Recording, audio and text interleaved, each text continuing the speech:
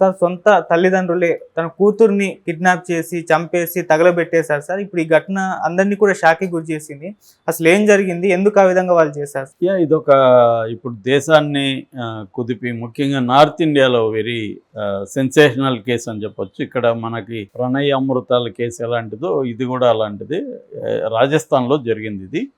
రాజస్థాన్‌లో జలావర్ అనే ఒక జిల్లా ఉంది. ఆ జిల్లాలో సౌరిట్ అనే ఒక విలేజ్‌లో జరిగిన సంఘటన.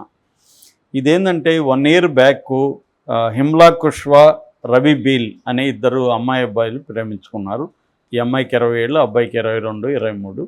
సో వీళ్ళు ప్రేమించుకున్నప్పుడు ఇంట్లో వాళ్ళు అబ్జెక్ట్ చేశారు. ఎందుకంటే వీళ్ళు ఈ రవి బీల్ అనే అబ్బాయి తక్కువ కులం, ఈ కుష్వా అనే అమ్మాయిది షిమ్లా కుష్వా అనే అమ్మాయిది ఎక్కువ కులం. అందుకని అమ్మాయి వైపు నుంచి పేరెంట్స్ వాళ్ళు అబ్జెక్ట్ చేశారు, పెళ్లి చేసుకోవడానికి వీల్లేదన్నారు. సో ఈ అమ్మాయి మేజర్ యాక్చువల్గా అప్పటికే, కానీ వాళ్ళు ఒప్పుకోలేదు. దాంతో ఈ అమ్మాయి ఏం చేసిందంటే ఇంట్లో నుంచి బయటకు వచ్చేసి ఈ అబ్బాయితో కలిసి బయట వేరే దగ్గరికి వెళ్ళిపోయి అక్కడ జాబ్ చేసుకుంటూ ఉండిపోయారు. 1 ఇయర్ అయింది. అయితే వీళ్ళ మొన్న ఏం జరిగిందంటే ఈ అమ్మాయి అబ్బాయి ఇద్దరు బ్యాంకులో క్యాష్ డ్రా చేసుకోవడానికి పక్కన ఉన్న స్మాల్ టౌన్కి వెళ్ళారు.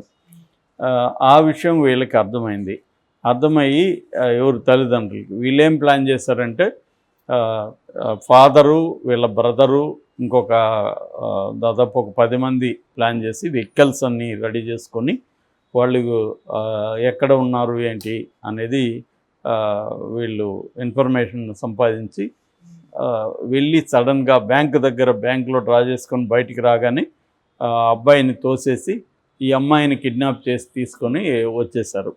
ఆ అబ్బాయి ఇమ్మీడియట్గా పోలీసులకి ఫోన్ చేసి, సార్ ఇలా నా భార్యని కిడ్నాప్ చేశారు, వాళ్ళే చేసుంటారు అని చెప్పాడు. ఆ విలేజ్ అవన్నీ అడ్రస్లు అంతా పోలీసులకి ఇచ్చారు. పోలీసులు అక్కడ లోకల్గా వీళ్ళ ఏరియా వేరు కాబట్టి లోకల్గా ఉన్న పోలీసులకి ఇన్ఫార్మ్ చేశారు. ఇన్ఫార్మ్ చేస్తే వాళ్ళు వెళ్ళారు.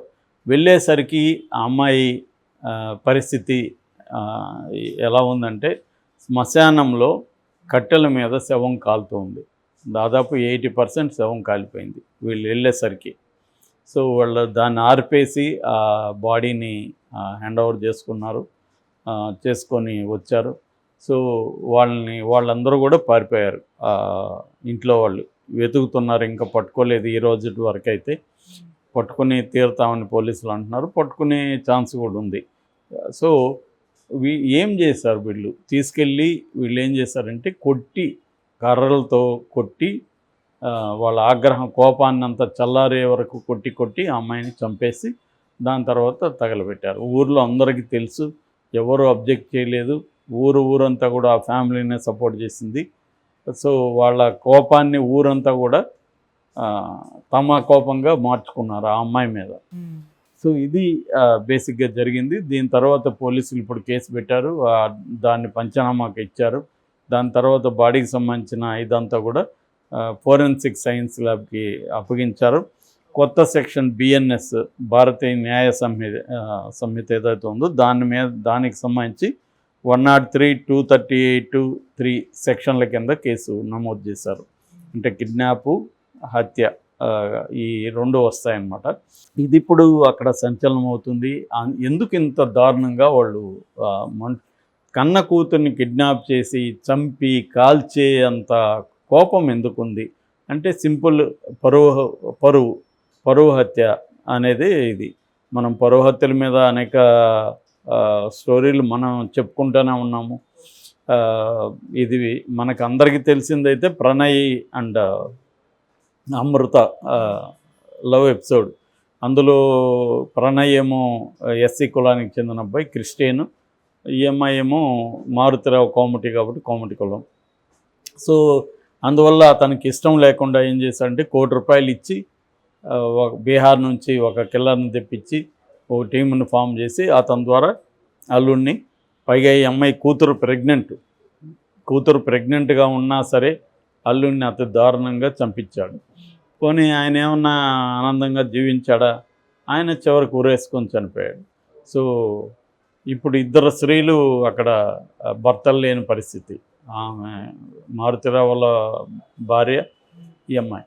నిజానికి దాన్ని ఆమోదించుంటే 2 ఫ్యామిలీలు హ్యాపీగా ఉండేవాళ్ళు. మారుతిరావు మనవడితో ఆడుకుంటుండేవాడు, హ్యాపీగా ఉండేది. జస్ట్ కులం అనేది తప్పు. కులం అనేది నిజానికి అదొక ఇన్ఫర్మేషన్ లెక్కే కదా. కులం మనిషి ఆల్రెడీ నీకు ఒక కులం అనే పేరు పెట్టి ఇచ్చేయడం తప్ప అదర్వైజ్ ఏమీ లేదు. కానీ భారతదేశంలో పరిస్థితి ఏంటంటే ఇక్కడ కులం అనేది శతాబ్దాలుగా అతి కీలకమైన రోలు. కులాన్ని బట్టే అధికారం కానీ, సంపద కానీ, జ్ఞానం కానీ, ఈ 3 అంశాలు ప్రధానమైన సమాజంలో. అధికారం, సంపద, జ్ఞానం, ఈ 3 కూడా కొన్ని కులాల కంట్రోల్లోనే ఉండిపోయినాయి శతాబ్దాలుగా. అంటే ముఖ్యంగా శూద్ర కులాలు కానీ, ఇంకా అంతకంటే 5వ కులం, పంచమ కులంగా చెప్పే అంటరాని కులం కానీ, వీళ్ళ చేతిలో ఈ ఆస్తులు, జ్ఞానం, అధికారం అనేది లేదు. తర్వాత కొంత శూద్ర కులాల చేతులకి వెళ్ళాయి. కానీ అంటరాని కులాల వాటికి అది కూడా మోడర్న్ పీరియడ్ వచ్చే వరకు రాలేదు. ముఖ్యంగా అంబేద్కర్ లాంటి వాళ్ళు వచ్చి ఉద్యమాలు చేసినా కొంతవరకు వస్తున్నాయి. కానీ ఇప్పటికి కూడా ఏంటంటే కులము, జెండర్, పరువు హత్యలో ప్రధానంగా ఈ 2 అంశాలు ఇంపార్టెంట్. అంటే కులము ఇంపార్టెంట్, అట్లాగే జెండర్ కూడా. అదే మగ పిల్లలు వేరే వాళ్ళని ప్రేమిస్తే మగపిల్లల్ని ఎవరు చంపరు, ఆడపిల్లల్నే చంపుతారు. ఎందుకంటే పరువు అనేది అమ్మాయి చుట్టూనే తిరుగుతుంది. అమ్మాయి ప్రేమిస్తేనే వీళ్ళ పరువు పోయినట్టు ఫీల్ అవుతారు, అబ్బాయి ప్రేమిస్తే పరువు పోయినట్టు ఫీల్ కాదు. ఇదొక విచిత్రమైన అంశం అన్నమాట ఇండియన్ కాంటెక్స్లో. ఇది నిజానికి ఇండియాలోనే ఉందనుకుంటే కూడా పొరపాటు. వరల్డ్ వైడ్గా చాలా ముస్లిం దేశాల్లో కూడా ఇది చాలా స్ట్రాంగ్గా ఉంటుంది. అంటే ఒక రకంగా వెనుకబాటుతనానికి ఈ పరువు అనే కాన్సెప్ట్కి కూడా సంబంధం ఉంది. వ్యాపార వర్గాలు కానీ చూస్తే ఆ వ్యాపార ట్రేడ్ కమ్యూనిటీస్, అంటే మోడర్న్ కార్పొరేట్ కమ్యూనిటీస్లో ఇది తక్కువ ఉంటుంది. వాళ్ళు ఏంటంటే ఇది మనకు ప్రయోజనమో కాదో చూసుకుంటారు. ఫలాని రెడ్డి అంటే అమ్మాయి ఎవరు, వాళ్ళ బ్యాక్గ్రౌండ్ మంచి బ్యాక్గ్రౌండా అయితే ఓకే అనుకుంటారు, కులం ఏముంది అనుకుంటారు. వీళ్ళు అది అంటే ఇక్కడ కులం అనేది కాస్ట్గా మారిపోతుంది అప్పర్ కులాల మధ్య. నేను చాలాసార్లు చెప్పాను, మన సినిమా వాళ్ళు, రాజకీయ వాళ్ళు చాలామంది ఇంటర్ కాస్ట్ ప్యారల్ పెట్టుకొని 2 కులాలని తమకు అనుకూలంగా ఉపయోగించుకుంటారు. వాళ్ళు రాజకీయాల్లో చూస్తుంటాం, వెళ్ళి మా కులం మాది కాపండి అని వీళ్ళు కాపు ఓట్ల కోసం ట్రై చేస్తుంటే అవతల వాళ్ళ హస్బెండ్ రెడ్డో కమ్మో ఇంకొకటో ఉంటే వాళ్ళు వెళ్ళి ఆ కులం ఓట్ల కోసం ట్రై చేస్తుంటారు. సో ఇది పై స్థాయిలో ఇబ్బంది లేదు, కింది స్థాయి మిడిల్ స్థాయికి వచ్చేసరికి ఇబ్బంది ఉంది.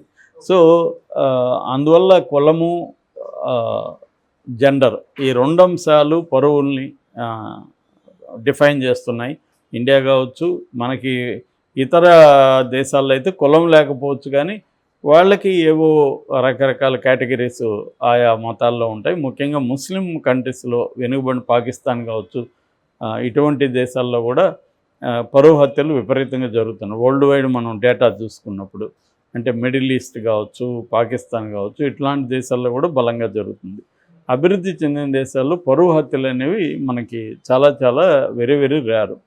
సో ఇండియా కూడా ఇంకా డెవలప్ అవుతూనే ఉంది. పేరుకి ఎకనామీ పరంగా మంది 5th లార్జెస్ట్ ఎకనామీ అయినప్పటికీ కూడా మన పెర్ క్యాపిటల్ ఇన్కమ్ చూస్తే చాలా ఘోరంగా ఉంటుంది.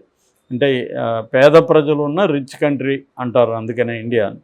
సో అందువల్ల ఈ వెనుకబాటుతనము, కులము, జెండరు, ఈ 3 అంశాలు పరువు హత్యల్ని డిసైడ్ చేస్తున్నాయి. దీని మీద ఆల్రెడీ చాలామంది డాక్యుమెంటరీలు తీశారు, సినిమాలు, వెబ్ సిరీస్. మొన్న మనకి ఇక్కడ పరువు అనే వెబ్ సిరీస్ కూడా వచ్చింది. ఇజ్జత్ అనే ఒక సినిమా నిన్ననే పోస్టర్ రిలీజ్ చేశారు తెలుగులో కూడా. దీని మీద చేస్తున్నారు ఇప్పటికీ, కానీ సరిపోదు.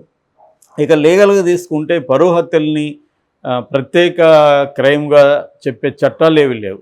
నిజానికి ఒక ఐరనీ ఏంటంటే టోటల్ ఇండియాలో రాజస్థాన్లో మాత్రమే పరువుకు సంబంధించిన సపరేట్ చట్టం ఉంది, కానీ ఇప్పుడు జరిగింది రాజస్థాన్లోనే.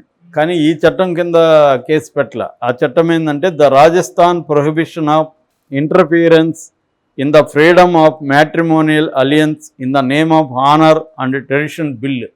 ఇది 2019లో పెట్టారు. ఓకే. సో మన టోటల్ ఇండియాలో రాజస్థాన్లో మాత్రమే, అంటే హానర్ పేరుతో, ట్రెడిషన్ పేరుతో మ్యాట్రిమోనియల్ అలియన్స్లో ఇంటర్ఫియరెన్స్ని ఇది రద్దు చేస్తుంది. సో కానీ ఇక్కడ జరిగింది ఇది. సో ఓవరాల్గా ఏంటంటే మనకి ఇప్పటికి కూడా కుల ఆధారిత పంచాయతీలు ఉండడం, కమ్యూనిటీ స్ట్రాంగ్గా ఉండడం, అందుకని ఊరంతా కూడా ఏకమయ్యి ఆ అమ్మాయిని చంపించేసింది. సో ఇది అతి దారుణమైన విషయం. ఇంత అభివృద్ధి చెందినా కూడా ఒక అమ్మాయి అబ్బాయి ప్రేమించుకుంటే ఇంత ఘోరంగా. అయితే ప్రాక్టికల్గా ప్రేమికులుగా ఉండేవాళ్ళు అర్థం చేసుకోవాల్సింది ఇలాంటి విషయాల్లో. మనం ప్రేమించుకుంటున్నాము, మన పేరెంట్స్ వ్యతిరేకిస్తే ఏం చేయాలి, రేపొద్దున వాళ్ళు మనల్ని హామ్ చేస్తారా ఏంటి, ఇవన్నీ కూడా ఆలోచించి దానికి కూడా ప్రిపేర్ అవ్వాలి. సో వీళ్ళు ప్రొటెక్షన్ కోసం ఏం చేయబోతున్నారు, ఇవన్నీ రెడీ అయ్యి కానీ పెళ్లి చేసుకోవడం. ఏదో పెళ్ళి అని ఒక ఆవేశంలో అమ్మాయి నచ్చింది అబ్బాయి నచ్చింది ఒక రొమాంటిక్ వ్యూలతో వెళ్ళిపోతే అతి ఘోరంగా ఉంటుంది పరిస్థితి. సో పెళ్ళి అనేది కూడా ఒక పెద్ద సాహసం లాంటిది, ప్రేమ పెళ్ళి అనేది వాళ్ళ. సో అవన్నీ కూడా ఆలోచించి చేసుకోవాల్సిన అవసరం ఉంది. సో అది ఒకటి. రెండవది ఏంటంటే విమెన్ ఎంపవర్మెంట్ ఇంకా ఇండియాలో అంత స్ట్రాంగ్గా లేదు. విమెన్ ఎంపవర్మెంట్ కూడా బలంగా పెరగాలి. సో ఇప్పుడు ఈ అమ్మాయి ఐఏఎస్ ఆఫీసర్ అయితే వాళ్ళు అంత ఈజీగా అయితే చంపలేరు. ఓ పోలీస్ ఆఫీసరు ఐఏఎస్ ఆఫీసర్ అయితే. అంటే నేను అనేది అంటే విమెన్ ఎంపవర్మెంట్ ఇంకా పెరగాలి, దాని మీద ఇది చేయాలి. అలాగే సివిల్ సొసైటీ కూడా దీని మీద పనిచేయాలి, వివిధ ఆర్గనైజేషన్స్. ఇలాగే అవేర్నెస్ పెరగడం ఒకటి. అట్లాగే లీగల్గా కూడా ప్రత్యేక చట్టాలు తీసుకురావడం,